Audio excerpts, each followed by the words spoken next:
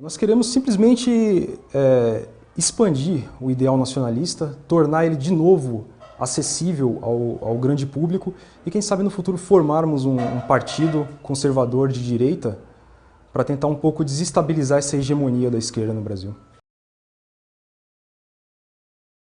Um dos poucos que eu posso indicar é o Olavo de Carvalho, com um autor recente. Os mais antigos vai variar muito, Joaquim Nabuco, o Rui Barbosa, Plínio Salgado, Gustavo Barroso, tem uma gama muito grande de escritores. Frequentamos algumas palestras do Instituto Plínio Corrêa de Oliveira, gostamos muito, frequentamos também algumas reuniões integralistas. Nós tomamos alguma posição com personalidades de determinados partidos. Por exemplo, um Coronel Conte Lopes. A classe política no Brasil ela não representa a população em nenhum por cento da questão ideológica. A gente está cansado de saber que mais de 80% da população brasileira é muito conservadora. Então, quando nós expomos o nosso ideal, a gente geralmente é muito bem aceito. O mínimo de afinidade, diria o Jair Bolsonaro, pela dureza com que ele age, né, por ser um linha dura, assim dizer, mas não em todos os aspectos também, porque ele é favorável ao aborto e eu acho que o discurso dele perante o homossexualismo é uma coisa um pouco meio frenética demais, meio exagerada, eu diria. Extrema-direita. Nós nos classificamos como extrema-direita. Hoje no Brasil tem atualmente cerca de mais ou menos 27 partidos políticos. Alguns até tentam se definir como de direita ou de centro, mas a realidade é que todos têm base na esquerda. Então, a partir desse momento, nós sentimos a necessidade de formar uma extrema oposição. Daí a gente usar o termo extrema-direita, uma extrema oposição a todo o ideário da esquerda. Eu sou contra a violência gratuita, em qualquer aspecto, mas eu acho que a violência ela é necessária. Ela é necessária em diversos aspectos, na defesa, por exemplo, e no combate a qualquer inimigo externo, por exemplo, do país. Então não dá para dizer que a gente é contra a violência de um modo geral, pacifista. Nós não somos pacifistas. Nós acreditamos na violência como forma de combate. Não, eu sou nordestino, nascido em Pesqueira, no Pernambuco. Vim para São Paulo com mais ou menos 3 anos de idade, morei numa cidade industrial, né, São Bernardo do Campo. Morei na favela, nasci num contexto de pobreza, tráfico de drogas, e mesmo assim não me ative a esses valores para mim, né? Busquei novos valores.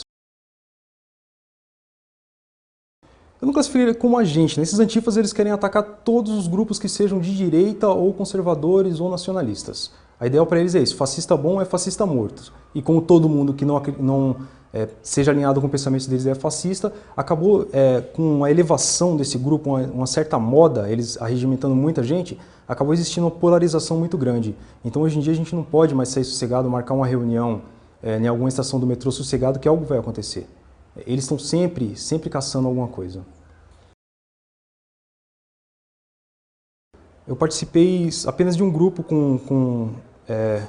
voltado ao nacionalismo, que foi o Carecas do Subúrbio, e me afastei tem mais ou menos uns 5 anos, que foi quando eu formei a Resistência. Deixei muitos amigos lá, ainda tenho amigos lá, a relação que a gente tem é de amizade, só isso. Bom, nós não temos contatos com esses grupos, né, neonazistas e tudo mais, mas apesar disso, existe um certo respeito nas ruas.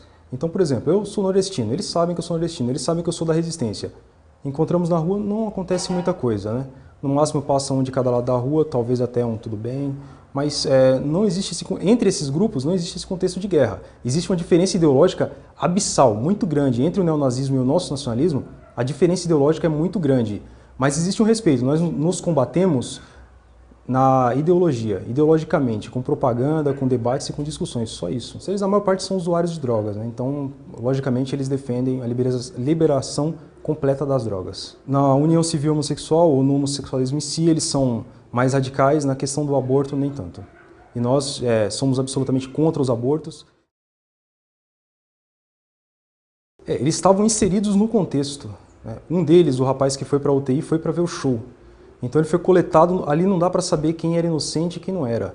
Então se alguém revidou um ataque, se alguém não revidou um ataque, é muito difícil de precisar agora, mas tinha assim, Tinha 4 membros da resistência num contexto, mas completamente à parte do que a mídia declarou, isso não significa que a resistência estava envolvida lá. Haviam 4 membros. Eles poderiam estar envolvidos num acidente de trânsito, por exemplo, e iam dizer que o acidente de trânsito foi provocado pela resistência. Não faz o menor sentido isso, né? Foi um episódio isolado que a partir de agora vai ficar recorrente, com a ascensão de algumas gangues, né, e de algumas pessoas inconsequentes que lutam por um suposto ideal, no caso o antifascismo. O problema é o seguinte, o que é fascismo para essas pessoas? Eles classificam a polícia como fascista, classificam o nacionalista como fascista. Isso se tornou uma paranoia que só pode desembocar em atos como esses, né? A desculpa é sempre ideológica, né? Mas surgiu esse grupo com o intuito de lutar contra o fascismo. Que grupo é esse? Sharp SP. Baseado basicamente em moleques de 16, 17 anos. Então é uma juventude bem inconsequente. Esse show dessa banda, ao contrário do que foi divulgado pela mídia também, Coxperre era uma banda oi. Ela é tradicional entre os carecas. Então era comum e esperado que os carecas fossem até esse evento. Os carecas chegaram lá, todos sabiam que alguma coisa podia acontecer, né? Ninguém é inocente, mas quando chegaram lá foi tudo muito rápido, pelo que eu soube, não deu para tirar muita conclusão não, do que aconteceu. Eu acho que a gente está numa ditadura, pouca gente percebeu, mas a gente está numa ditadura ideológica há mais de 20 anos no Brasil. Isso é o que eu penso sobre o governo Dilma, Lula, e mesmo que eles saiam, existe um bipartidarismo muito forte no Brasil, é PSDB e PT, ambos com as mesmas afinidades ideológicas.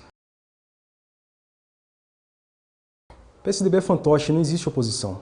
O que existe é um acordo de revezamento no poder muito claro mesmo.